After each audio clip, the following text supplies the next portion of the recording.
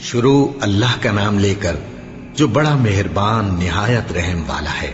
وہ قادر مطلق جو ہر خامی سے پاک ہے، ایک رات اپنے بندے کو مسجد حرام یعنی خانہ کعبہ سے مسجد اقصی یعنی بیت المقدس تک، جس کے چاروں طرف ہم نے برکتیں رکھی ہیں، لے گیا تاکہ ہم اسے اپنی قدرت کی نشانیاں دکھائیں۔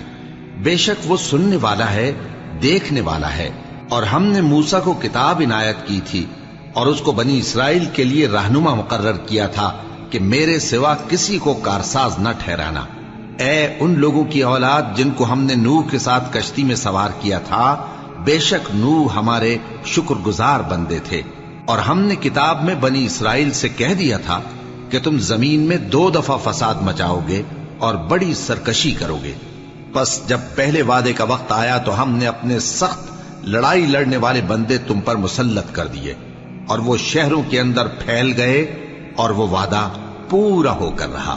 پھر ہم نے دوسری بار تم کو ان پر غلبہ دیا اور مال اور بیٹوں سے تمہاری مدد کی اور تم کو جماعت کثیر بنا دیا۔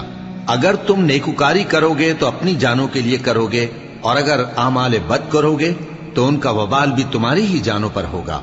پھر جب دوسرے وعدے کا وقت آیا تو ہم نے پھر اپنے بندے بھیجے تاکہ تمہارے چہروں کو بگاڑ دیں، اور جس طرح پہلی دفعہ مسجد بیت المقدس میں داخل ہو گئے تھے اسی طرح پھر اس میں داخل ہو جائیں، اور جس چیز پر غلبہ پائیں اسے تباہ کر دیں۔ امید ہے کہ تمہارا پروردگار تم پر رحم کرے، اور اگر تم پھر وہی حرکتیں کرو گے تو ہم بھی وہی پہلا سلوک کریں گے، اور ہم نے جہنم کو کافروں کے لیے قید خانہ بنا رکھا ہے۔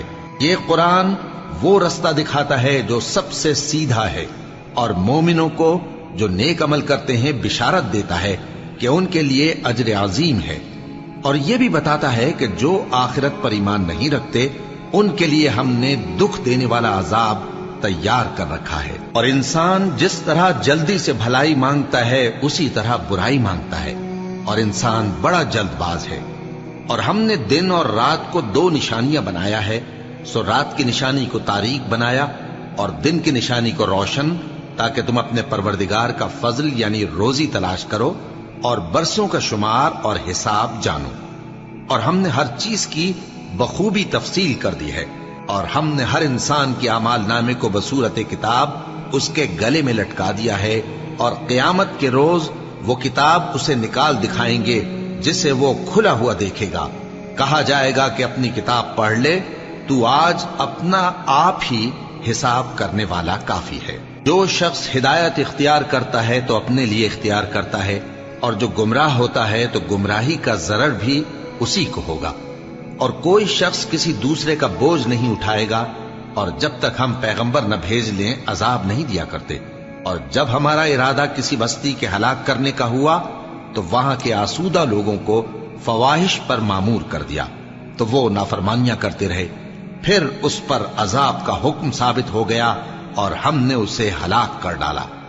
اور ہم نے نوح کے بعد بہت سی امتوں کو ہلاک کر ڈالا، اور تمہارا پروردگار اپنے بندوں کے گناہوں کو جاننے اور دیکھنے والا کافی ہے۔ جو شخص دنیا کی آسودگی کا خواہش مند ہو تو ہم اس میں سے جسے چاہتے ہیں اور جتنا چاہتے ہیں جلد دے دیتے ہیں۔ پھر اس کے لیے جہنم کو ٹھکانہ مقرر کر رکھا ہے، جس میں وہ نفرین سن کر اور درگاہ الہی سے راندہ ہو کر داخل ہوگا۔ اور جو شخص آخرت کا خواستگار ہو اور اس میں اتنی کوشش کرے جتنی اسے لائق ہے، اور وہ مومن بھی ہو، تو ایسے ہی لوگوں کی کوشش ٹھکانے لگتی ہے۔ ہم ان کو اور ان کو سب کو تمہارے پروردگار کی بخشش سے مدد دیتی ہیں، اور تمہارے پروردگار کی بخشش کسی سے رکی ہوئی نہیں۔ دیکھو ہم نے کس طرح بعض کو بعض پر فضیلت بخشی ہے، اور آخرت درجوں میں دنیا سے بہت برتر اور برتری میں کہیں بڑھ کر ہے۔ اور اللہ کے ساتھ کوئی اور معبود نہ بنانا کہ ملامتیں سن کر اور بے کس ہو کر بیٹھے رہ جاؤ گے۔